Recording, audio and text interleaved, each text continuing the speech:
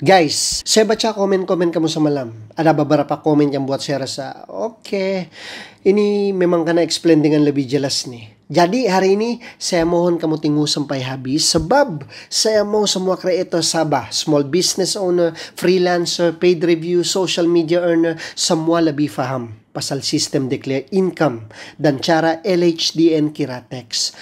Saya tunjuk sedikit komen semalam yang saya terbaca. Ada yang tanya, nih, si Brother Emiko, kalau ciput-ciput ja income-nya, tuh, macam mana?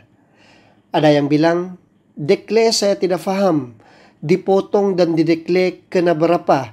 Ada juga yang bilang, tapi every year income tax boleh dapat balik claim back dari LHDN, sebab saya kena potong income tax juga.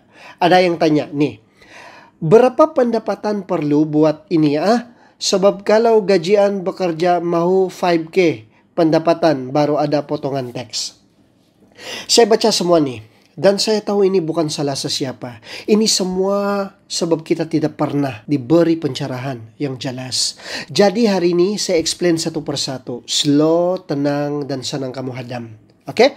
Kepada yang tanya, Ken, kalau income saya ciput-ciput saja, kalau 1 tahun USD 100 macam tu, kena declare juga kah? Oke, dengar sini. Declare income maksud dia lapor, bukan bayar. Declare bukan bermaksud kamu otomatis kena bayar tax. Declare bukan bermaksud habislah, aray ko, kena potong lah. Declare hanya bermaksud kamu laporkan kepada LHDN berapa kamu dapat dalam setahun. Lepas declare, barulah LHDN kira semula berdasarkan relief, berdasarkan deduction, berdasarkan kategori income kamu. Dari situ baru LHDN tentukan sama ada kamu kena bayar tax atau kamu tidak kena bayar tax. Contoh, kalau kamu dapat 100 USD setahun, declare saja. Lepas tu LHDN akan kira balik.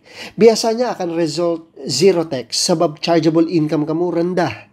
Tapi kamu tetap kena declare sebab itu undang-undang. Ini yang orang tidak faham. Dia ingat declare sama dengan bayar. Sedangkan declare itu lapor, bukan bayar. Ramai juga tanya, kalau declare tu macam mana dia potong dan berapa dia potong? Oke, begini.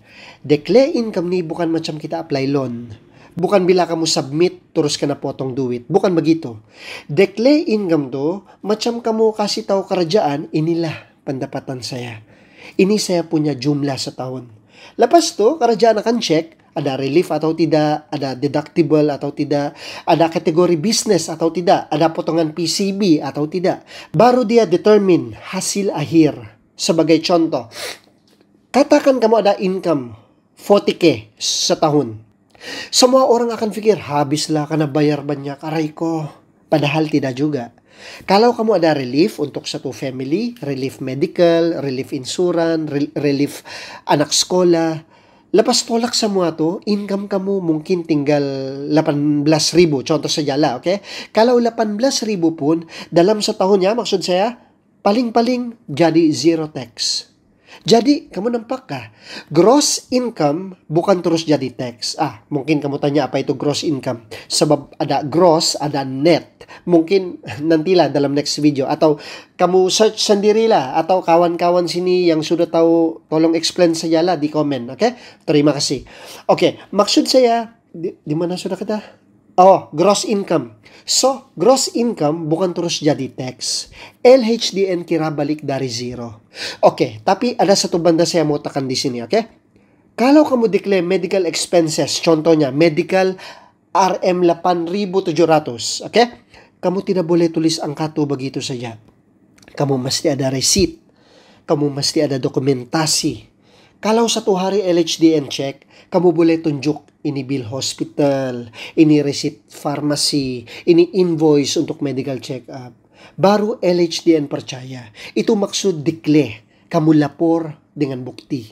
Jadi saya mau nasihat kamu mulai hari ini, kalau kamu jenis ada banyak receipt, ambil gambar, simpan di phone, letak folder, jangan buang, jangan baling, simpan untuk 1 tahun punya claim. Oke, lain cerita. Maksud saya pasal LHDN juga, cuma lain hal atau lain isu. Kamu ada tanya tadi, Ken, macam mana pula ada orang dapat duit balik dari LHDN? Ini pun ramai tidak faham. Oke, begini. Kalau kamu kerja gaji bulanan, employer potong PCB tiap-tiap bulan. Apa itu PCB? Kamu research. Itu kerja rumah kamu ya. Murid-murid cigu toyol. Potongan itu anggaran, bukan final tax. Lepas kamu declare di hujung tahun, LHDN akan kira tax sebenar. Kalau employer potong lebih daripada apa yang kamu sepatutnya bayar, LHDN akan kasih balik duit yang lebih itu kepada kamu. Example, kamu patut bayar 150.000. Kamu patut bayar 1.500, sorry. Kamu patut bayar 1.500 tax setahun. Tapi employer sudah potong RM 1.800. LHDN akan return 300 ringgit.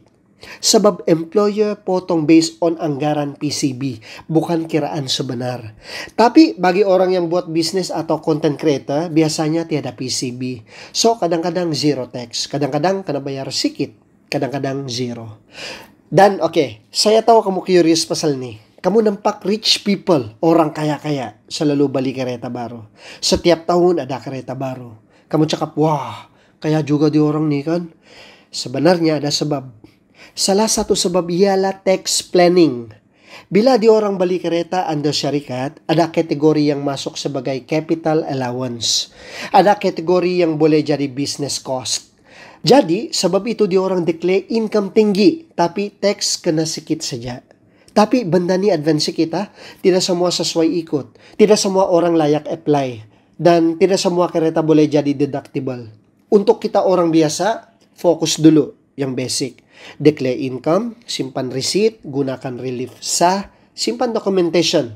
Oke? Harap kamu faham. Sebab yang part ni ada kompleks sikit. Oke, kamu mau saya bagi contoh paling senang. Bayangkan, rumah kamu ada tangki air di atas bumbung.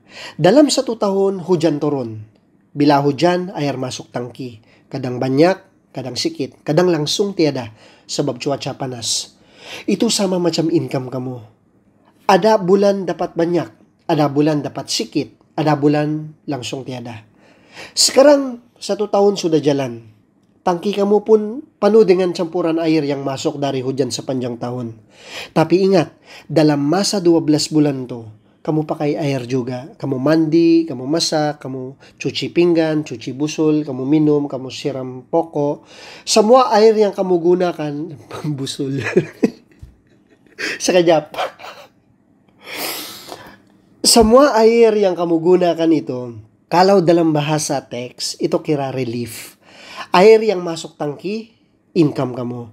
Air yang kamu gunakan, itu relief, deductible expenses yang memang perlu dalam hidup kamu. Jadi, bila sampai hujung tahun, LHDN akan buka tangki kamu dan tengok. Dia bilang, ini jumlah air yang masuk sepanjang tahun. Tapi, air yang kamu sudah guna untuk kehidupan seharian, kami tolak. Air yang hilang sebab panas, kami tolak. Air yang dipakai untuk mandi, minum, masak, cuci, semua tuh memang bukan taxable. Jadi, yang tinggal dalam tangki itu ialah balance air bersih. Itulah chargeable income kamu. Kadang bila dibuka dan ditinggal balik, air tinggal sedikit saja. Itu maksudnya zero tax. Kadang tinggal ada lebih sedikit. Itu maksud kena tax sedikit. Kadang-kadang kira, rupanya air yang employer potong lebih dari yang sepatutnya. Waktu itu kerajaan bilang, kamu punya tangki tinggal kurang dari apa yang kamu sudah bayar. Nah, ni na refund. Sekejap. Air hujan pula, kenapa mau bayar? Tidak apa. Penting kamu sudah paham logiknya kan? Itulah konsep refund. Declare income bukan semestinya tax. Declare income itu cuma kamu bagi tahu negara berapa banyak air masuk tangki kamu dalam 1 tahun. Lepas itu, negara akan kira balik ikut air yang kamu guna, air yang hilang, dan relief. Itu saja. Saya cerita semua ini sebab saya mau kita sama-sama faham. Bukan sebab saya memandai-mandai atau sebab saya tahu semua benda. Bukan. Saya pun masih belajar. Tapi bila kita kongsi, kita sama-sama jadi matang. Kita sama-sama buat benda yang betul. Jadi untuk kreator Sabah, ingat 3 benda saja. Pertama, declare income. Itu tanggung jawab. Kedua, simpan receipt. Itu pelindung kamu. Dan ketiga, jangan takut bila dekle. Dekle itu bukan bayar. Dekle itu lapor. Biar LHDN yang kira balik. Biar kerjaan yang tentukan. Kadang tiada teks, kadang ada sikit. Kadang kamu dapat refund lagi. Saya harap video ini bermanfaat untuk kamu semua. Saya buat ini untuk kamu, bukan untuk diri saya. Supaya Sabahan punya content creator semua jalan betul dan tidak kena masalah satu hari nanti. Terima kasih Sabab Tingok. Peace out.